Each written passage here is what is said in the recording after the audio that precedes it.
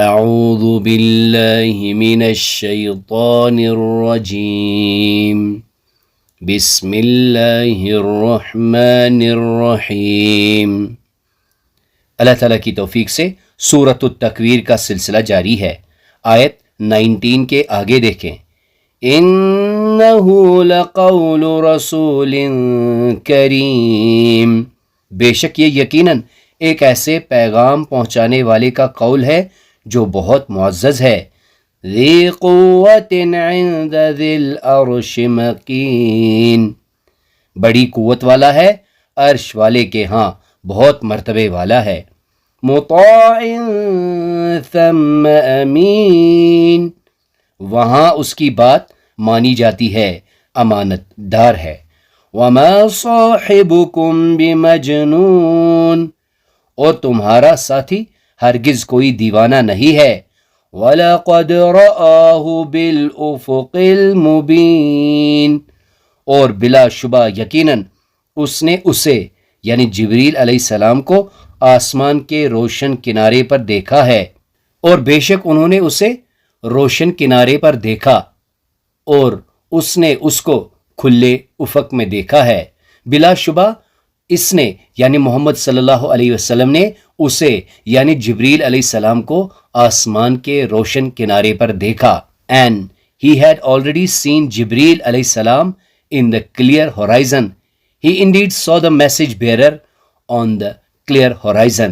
اب آج وَمَا هُوَ عَلَى الْغَيْبِ بِضَنِينٍ، و اور ما نہیں، ہوا وہ، علی پر، غیب غیب، علی الغیب غیب پر، بضنین ہرگز بخیل، بضنین کمی کرنے والا۔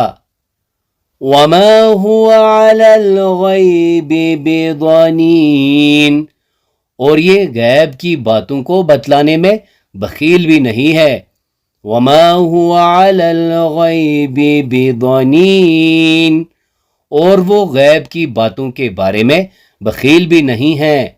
وما هو علی الغیب بضنین، اور یہ نبی صلی اللہ علیہ وسلم غیب بتانے میں بخیل نہیں۔ وما هو علی الغیب بضنین، اور وہ یعنی رسول صلی اللہ علیہ وسلم غیب کی چھپی ہوئی باتوں کو پہنچانے میں کنجوس نہیں ہے۔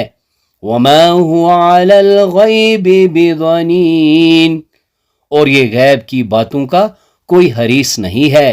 وما هو علی الغیب بضنین، اور وہ غیب کی باتوں کو لوگوں تک پہنچانے میں بخیل نہیں ہے۔ وما هو علی الغیب بضنین، اور وہ یعنی نبی صلی اللہ علیہ وسلم غیب کی خبر دینے پر بخیل نہیں ہے۔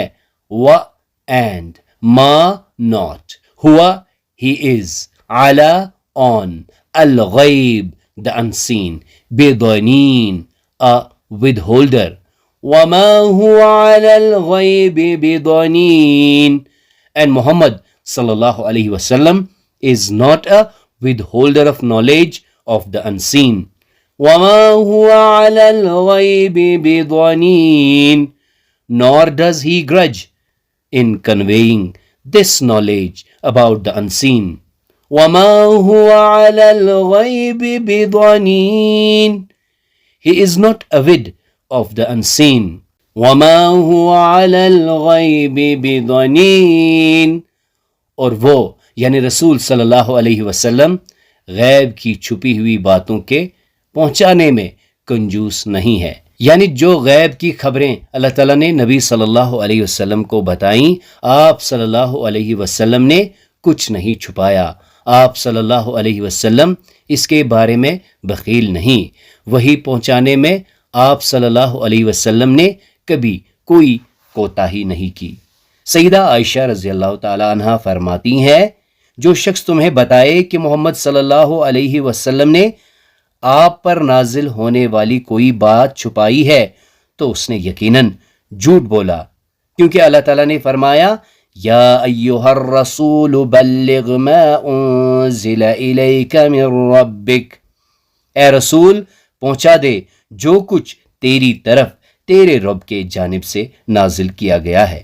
وما هو علی الغیب بضنین، اور وہ غیب کے معاملے میں بخیل نہیں ہے، یعنی حضرت صلی اللہ علیہ وسلم پر جو کچھ نازل ہوتا ہے، وہ شریعت کے احکام ہوں یا عالم غیب کے حقائق، اللہ تعالیٰ کی ذات و صفات کا بیان ہو یا فرشتوں کی تفصیلات، یا زندگی بعد الموت، قیامت اور آخرت اور جنت اور دوزخ کے بارے میں انکشافات ہوں، یا گزشتہ قوموں کے احوال یا آنے والے حالات کے بارے میں پیش گوئیاں، آپ ان میں سے کسی بات کو چھپا کر نہیں رکھتے، ہر چیز بے کم و کاست بیان کرتے ہیں، کیونکہ آپ ایسی باتوں پر جو ہم سے غیب ہیں، یعنی ہم انہیں نہیں جانتے، ان پر بخیل نہیں ہے کہ اپنے تک محدود رکھیں۔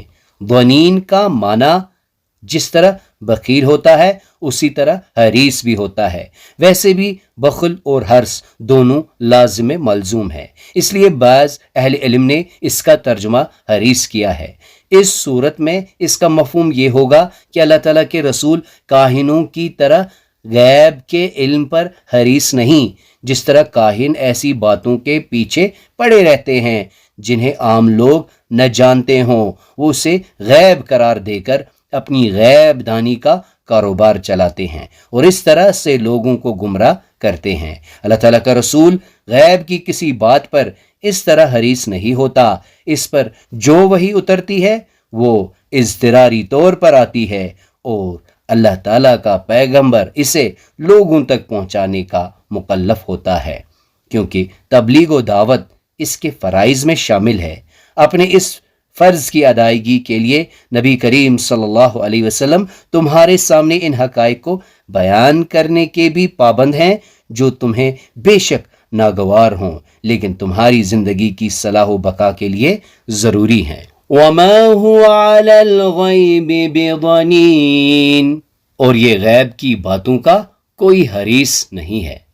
ضنین کا لفظ ظنن سے ہے، جو کسی پسندیدہ اور مرعوب چیز کے دینے میں بخل کرنا ہوتا ہے۔ ظنان کہتے ہیں جو چیزیں پسند ہوتی ہیں ان کے دینے میں بخل کرنا، کسی چیز کو اس کی خوبصورتی کی وجہ سے کسی کو نہ دینا۔ تو رسول صلی اللہ علیہ وسلم نے تو دنیا کے مال میں سے بھی کوئی چیز اپنے لیے مخصوص نہیں کی تھی، اور اسی طرح علم کے معاملے میں بھی انہوں نے کچھ بھی بخل نہیں کیا۔ سورۃ المائدہ کی آیت 67 کو دیکھیں، یا ایھا الرسول بلغ ما انزل الیک من ربک، اے رسول صلی اللہ علیہ وسلم تمہاری طرف جو چیز تمہارے رب کی جانب سے اتر گئی ہے اس کو اچھی طرح پہنچا دو۔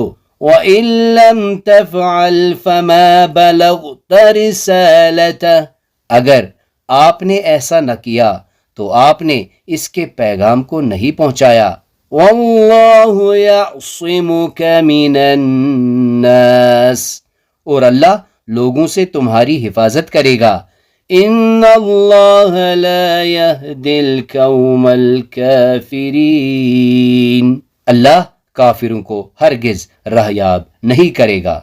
تصور، دعا اور احساس کے ساتھ پریکٹس کیجئے۔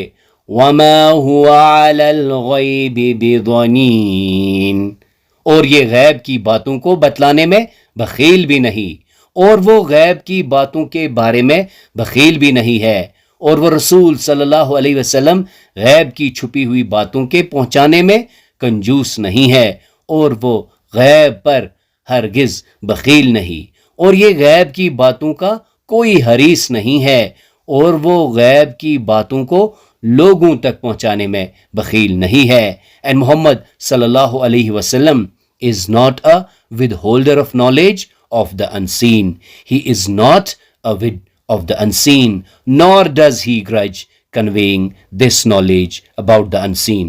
دعا کے ساتھ ہی گزرے ہوئے کل کا احتساب اور آنے والے کل کا پلان ہونا چاہیے۔ آئیے دعا کرتے ہیں کہ اللہ تعالی ہمیں عمل صالح کرنے کی توفیق عطا فرمائے۔